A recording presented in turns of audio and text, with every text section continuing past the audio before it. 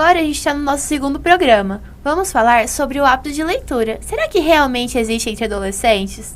Só que antes, vamos de debater aqui, vamos saber um pouco sobre os colegas que estudam na nossa escola. Oi, gente, eu sou a Lavínia, do primeiro A, estudante do Colégio Pessoa, e eu faço parte do itinerário de Mediologia. Hoje eu tô aqui pra falar um pouco sobre livros, literatura e leituras em geral. E eu tô aqui com o Chico, do segundo A. E eu queria te perguntar, Chico, o que você acha de leituras obrigatórias pra vestibular, se você gosta de ler, essas coisas em geral? Eu acho que, eu gosto de ler no geral, mesmo que eu não leia tanto, assim, no momento, mas eu gosto de ler. Só que eu acho que leituras obrigatórias no vestibular, às vezes é uma coisa meio complicada, entendeu?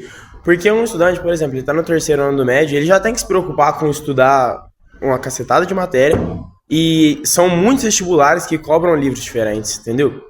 Então, às vezes, fica uma certa pressão para ele ler tudo aquilo. Mas eu acho que é interessante, sim, os vestibulares e as faculdades recomendarem tais livros, que às vezes pode ajudar, com o tema de alguma questão, o tema da redação, mas enfim. Eu acho que você precisar de ler o livro para fazer aquele vestibular, eu não acho que é legal.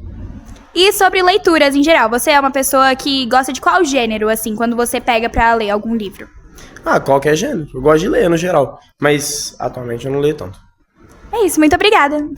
Tô aqui com a Maria Clara Pentes, do primeiro A daqui do Colégio Pessoa. E eu queria saber um pouco de você, Maria. O que você acha dessas leituras obrigatórias para vestibular? Eu acho que abrange um pouco mais o conhecimento, né, de todo mundo. Com essas leituras obrigatórias, a gente acaba lendo aqueles livros que a gente acaba que nunca vai ler ou alguma coisa do tipo. E acaba que coisa o interesse e tudo mais, a gente tem um conhecimento mais sobre os livros, a literatura brasileira, por exemplo. E o que você realmente gosta de ler? Seus livros preferidos e o que você normalmente lê durante seu tempo livre e essas coisas? Eu adoro livros de romance, de mistério, uma ficção também, adoro isso. Então é isso, muito obrigada pela sua participação. E é isso, gente. Será que hoje em dia, uma sociedade onde os adolescentes são tão ligados à tecnologia, que são acostumados com vídeos curtos, eles conseguem pegar um livro físico mesmo, de papel, e ler uma página repleta de informações, sem querer pular para saber o que vai vir adiante? O que vocês acham sobre isso? Pelo menos no dia a dia de estudantes de ensino médio, eu acho muito mais difícil a gente conseguir manter o hábito de leitura. Até porque a gente tem muitas outras coisas da escola. E normalmente o nosso foco são livros de vestibulares. Sem contar que às vezes fica muito difícil da gente ter um tempo de ler um livro que a gente realmente goste. Tendo um tempo totalmente pra gente pensar, pra gente ficar chocado com os acontecimentos. Enquanto a gente tem que ler, não querendo ofender, uns livros tão chatos que são focados em vestibulares que às vezes a gente nem gosta tanto, mas a gente acaba sendo obrigado a ler. Só pra poder consolidar, é pra gente entender, os livros de vestibulares, vamos dizer assim, alguns são legais. E assim, eles são muito úteis, porque caem vestibulares e a gente consolida a matéria que a gente aprendeu em cada período. Mas assim, vamos falar a verdade, cada um tem o seu próprio gosto, o seu pessoal. Então a gente sempre tem que escolher o que a gente quer. E isso acaba, como a rotina de estudantes de ensino médio, acaba não tendo esse hábito, não tendo esse tempo da gente ler os livros que a gente gosta. Porque são muitos livros e muitas lições que são cobradas. Já que vocês comentaram sobre isso, uma coisa que eu gostaria de mencionar, já que vocês falaram sobre leituras obrigatórias, é que, como a Ana falou, mesmo que seja um livro bom, um livro divertido, assim, um livro, assim, que vai prender sua atenção, pelo fato de ser uma leitura obrigatória, uma leitura que você precisa fazer porque você sabe que você precisa tirar uma nota, acaba se tornando meio chato, porque o legal da leitura é você ler porque você gosta, não porque você está sendo obrigado. Então, esse negócio de leitura obrigatória por nota, eu pessoalmente acho que é um pouco ruim, um pouco sim, cansa bastante, acho que até mais do que o próprio estudo em si. Totalmente. E pensando assim, eu queria puxar de vocês, saber isso de vocês. Quais são os livros favoritos de vocês, sem ser focados em vestibular? E hoje em dia tem muitos livros que estão famosos, principalmente no TikTok, nas redes sociais. Hoje em dia as pessoas estão lendo muito romance, lendo muita fantasia, livro de mistério, suspense. Principalmente romance, é o que domina mais. Pessoalmente é o meu preferido. Então, a gente aqui trouxe para mostrar alguns dos livros mais famosos. Atualmente também, muitos livros acabam virando adaptações para o cinema. Então, às vezes, a gente vê a adaptação e a gente gosta, e aí a gente realmente começa a ler. E acaba se interessando por outros livros das autoras. Por exemplo, É Assim que Acaba, da Colleen Hoover, que saiu como adaptação nos cinemas recentemente e incentivou muitas outras pessoas a lerem os outros livros dela. Muito antes da Colleen de ter lançado o livro do filme É Assim que Acaba, a Colleen Hoover já era famosa. O filme só acabou consolidando um pouco mais. E contanto que se você parar para alguém que tem um pouco de interesse na área de leitura, de romance, é só você perguntar, você conhece a Colleen Hoover? Ou se você fala o nome de algum dos livros dela, que essa pessoa vai saber. Isso é fato. Todo mundo conhece ela hoje em dia, assim. Não consigo dar um exemplo agora, mas tipo o Silvio Santos, todo mundo conhece. No mundo da leitura seria a Colleen. Eu acho que, tipo assim, é interessante a gente falar sobre a Colleen Hoover porque ela tem muitos livros que abordam temas muito sensíveis muitas vezes. E que pode mostrar para várias mulheres que, por exemplo, sofrem violência doméstica, que elas têm um bom apoio, que vai ter alguém que vão apoiar elas, que não precisa ter medo o tempo todo, que elas vão conseguir ter um apoio. E mesmo com o filme, por mais que não tenha agradado muita gente, a gente conseguiu sentir essa energia que eu acredito que era o que os diretores queriam pro filme, né? Que era mostrar que a violência contra a mulher é um problema e que elas precisam de um apoio. Os livros, eles têm esse poder muito forte de passar mensagens, de fazer o leitor se identificar ou pelo menos sentir algum conforto, né? Porque esse livro dela é bem direcionado para as pessoas que sofrem violência doméstica. Falando sobre livros de significado, a gente tem, por exemplo, no meu gosto, como é que fala? No meu gosto pessoal, eu tenho vários livros que passam mensagens. Por exemplo, um dos meus favoritos que eu acho que seria Os Jogos Vorazes, né? Que é uma distopia que conta sobre problemas na sociedade em si e passa que uma pessoa pode sim mover uma revolução. Sim, ou a gente pode também ir para um lado mais de fantasia, como Harry Potter, que eu acho que é algo universal. Todo mundo conhece Harry É Potter. tipo senso comum. E incentivou muitas pessoas a começarem a ler. Muitas. Eu acho que, tipo assim, Harry Potter eu não conheço pessoas que não gostam de Harry Potter, né? Eu acho que É difícil de achar. É universal, todo mundo gosta, igual a Ana falou. E Harry Potter também tem essa questão de será que uma pessoa pode manter uma revolução viva? A esperança pode manter as pessoas presas naquela ideia de revolução? Eu acho esse negócio de, assim, já que vocês falaram sobre livros que têm significado, eu acho muito legal isso, porque mostra que além de ser um entretenimento, mesmo que seja, né, uma forma de entretenimento, também é uma forma que você aprende coisas com os livros. Tipo, você tá se entretendo, mas você também pode aprender uma coisa que você não sabia, você pode refletir sobre uma coisa que você não tinha parado para pensar antes. Eu não consigo pensar em nenhum exemplo agora, mas é isso, basicamente. Já seguindo essa linha, tem muitos livros que eles ensinam a gente como lidar com as nossas próprias emoções. Né? Tem livros, principalmente nessa fase da adolescência, que é tudo muito novo e é tudo muito assustador. Então, os livros eles podem servir como um certo conforto, realmente. Sim, a gente pode puxar também pro lado de romance, não só o romance como o da Colleen, que aborda temas como temas mais sensíveis, mas a gente pode falar sobre livros de romance românticos que abordam um tema. Bem água com açúcar. Sim, Mais leve. aqueles clichês bem entretenimento, clássicos. pra Que quando alguém muitas quer uma coisa vezes, mais leve. E a gente pode falar que atualmente estão surgindo muitos livros de autores, não só internacionais como nacionais, abordando muitos temas que vêm sendo discutidos atualmente, como LGBT, racismo e muito mais. Sem contar que às vezes é muita gente até legal a gente dizer sobre os autores nacionais, né? Que são eles que às vezes caem em vestibulares, são eles que, de certa forma, é o puro suco do Brasil, né? É muito legal a gente falar isso. E eu acho que um grande exemplo é a Clarice Lispector. Completamente. Tanto quanto que A Hora da Estrela, né? O último livro que a Clarice publicou antes de falecer, tá na lista do vestibular da Unesp esse ano. Sim. E Machado de Assis. Machado de Assis, todo ano tem livro do Machado de Assis no vestibular. Quincas Borba. É muito, muito, muito clássico. A gente pode falar de Conceição Evaristo também. Olhos d'Água. A gente leu na escola e também tá na lista de vestibular do Unicamp. Nossa, a gente tem uma lista de livros cobrados pra gente ler mensalmente, que são obrigatórios. E a gente tem que fazer trabalhos e provas sobre eles. E a maioria desses livros são cobrados, são livros que já caem em vestibular. Pra gente poder já ter essa experiência. E assim, a gente às vezes não precisa ler de novo, ou tipo, uma leitura a mais pra gente. Sim. Tipo Olhos d'Água. Sim.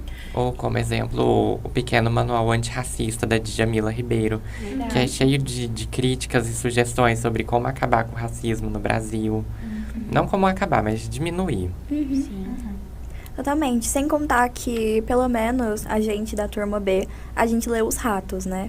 Do Diverio Machado. A gente a lê gente Os também. Ratos.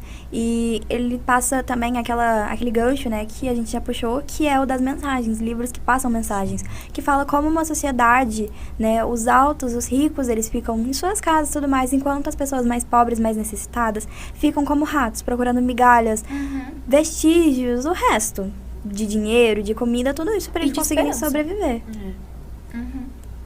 A gente pode falar também sobre O Alto da Barca do Inferno, que é um livro da qual tem críticas que o livro foi escrito em 1500 e tem críticas atuais ainda. É um livro que a gente Totalmente. pode falar que ele estava à frente de seu tempo.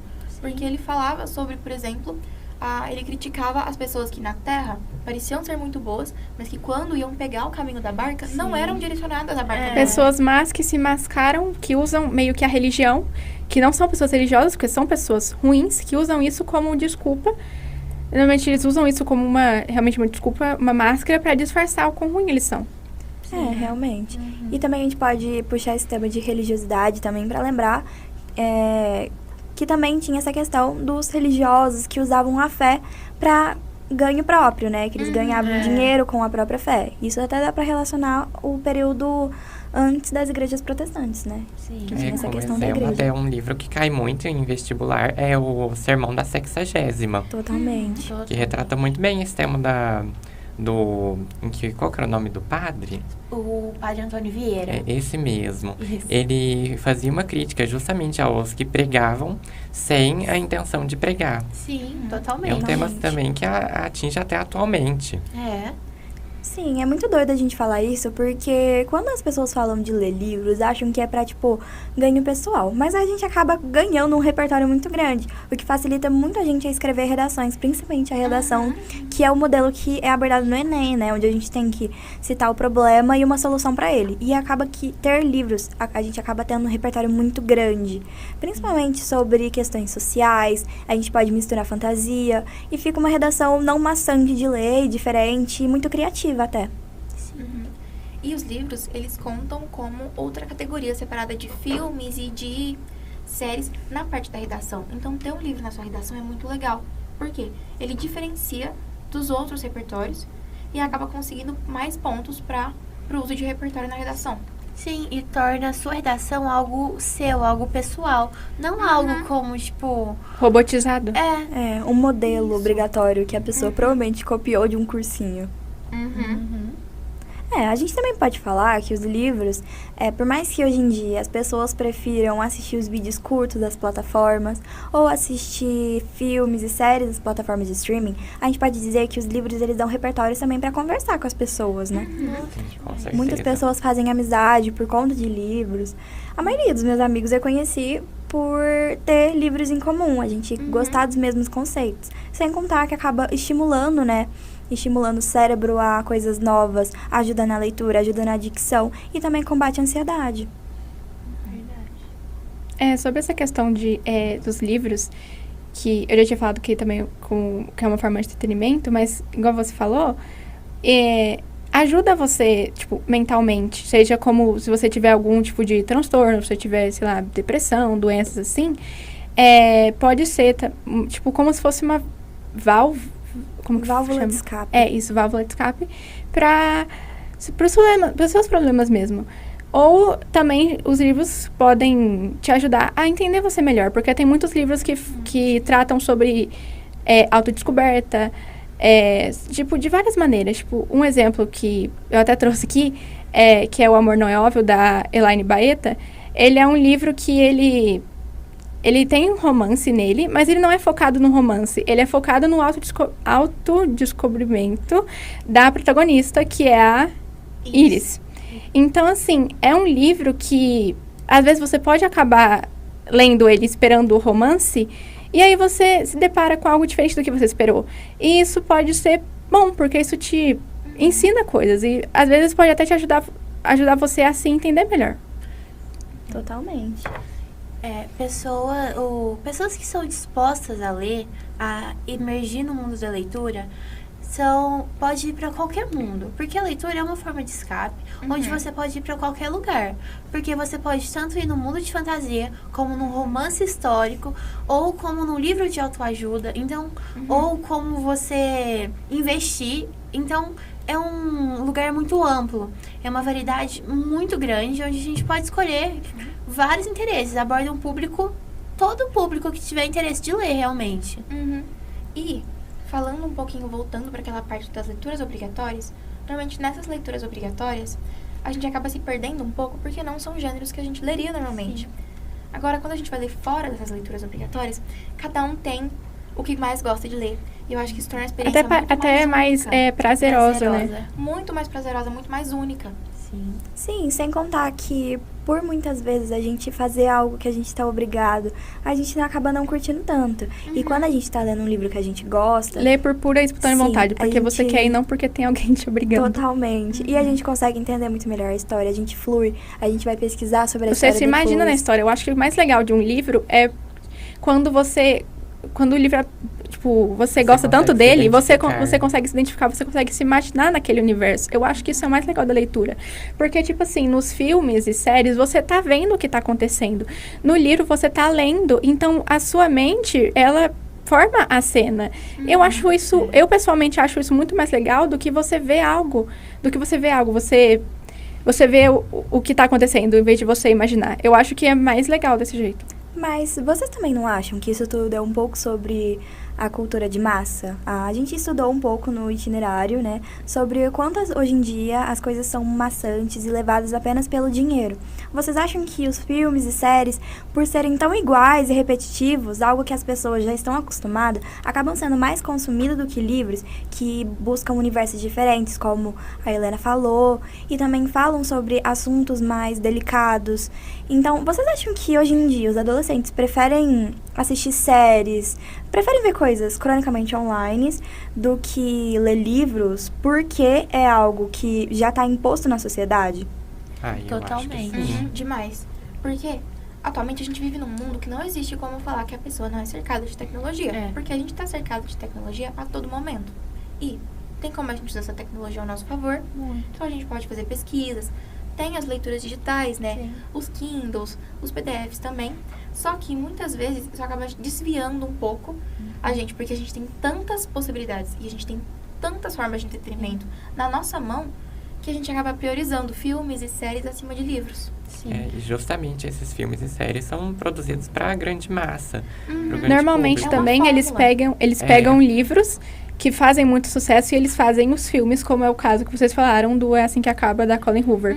E muitas vezes, assim, vou generalizar mesmo sabendo que existem exceções, mas muitas vezes os filmes ou as séries, eles acabam, se for um livro muito extenso, eles vão acabar cortando cenas que muitas vezes elas são muito importantes para a história. E então, perde a essência do livro.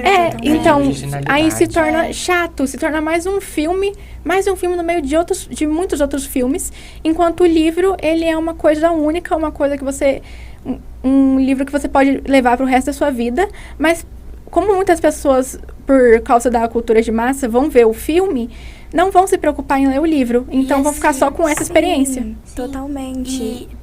E por causa de ter, por exemplo, quando a gente vai no cinema, geralmente quando tem um filme que veio de uma adaptação, é falado no trailer que ele é baseado no livro. E se uma pessoa assiste o filme e não gosta tanto, ela provavelmente vai julgar que o livro também não é bom. E aí já dificulta as pessoas a lerem livros porque assistem a adaptações, achando que é a mesma coisa, sendo que muitas vezes não tem nada a ver. E a gente pode falar que as adaptações em filmes e livros são vieses diferentes, são feitos para públicos diferentes, porque uma pessoa que lê o livro e depois fica esperando lançar o filme, ou quando lança, ela vai assistir e vai falar que não era o que ela esperava, porque na imaginação dela, ela imaginou outra coisa. Porque não é algo que a gente consegue É algo muito ver. pessoal, né? Sim, é algo que a gente cria com a nossa imaginação. Cada um tem uma Cada sua um vai própria. imaginar um personagem diferente, cada um vai imaginar um cenário diferente. Então, por causa disso, quando você vai ver o filme ou a série e você vê, tipo, sei lá, tal ator,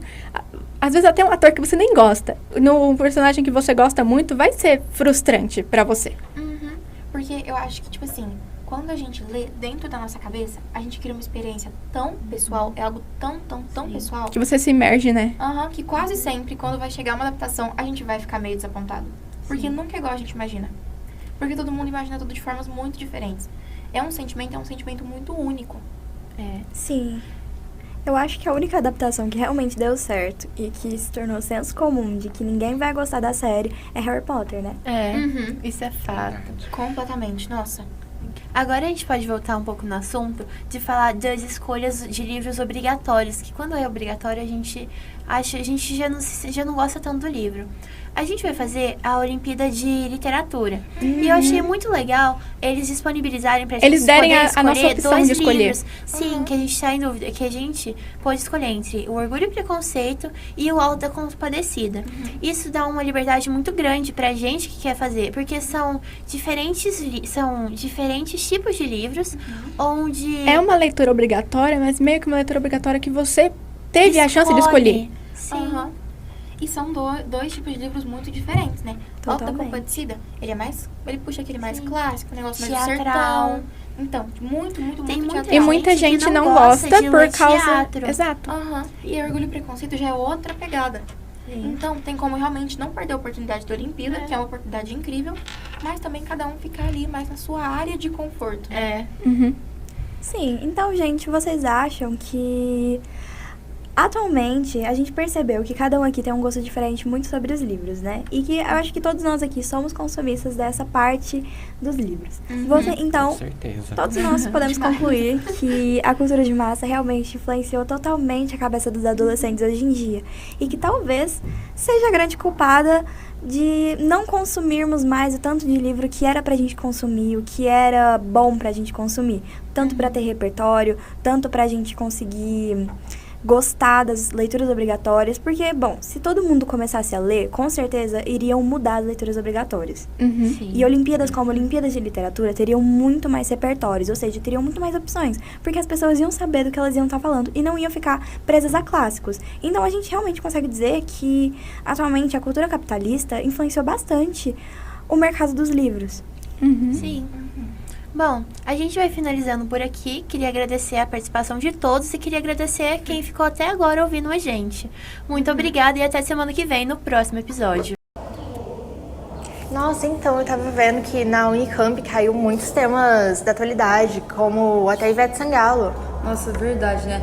Eu acho importante a escola pegar esses temas, sabe, pra usar na escola mesmo. Eu acho muito fundamental. Exatamente. E por isso nós estamos te convidando para participar do nosso próximo podcast. Com a participação especial do professor Petros falando sobre o itinerário de debates contemporâneos.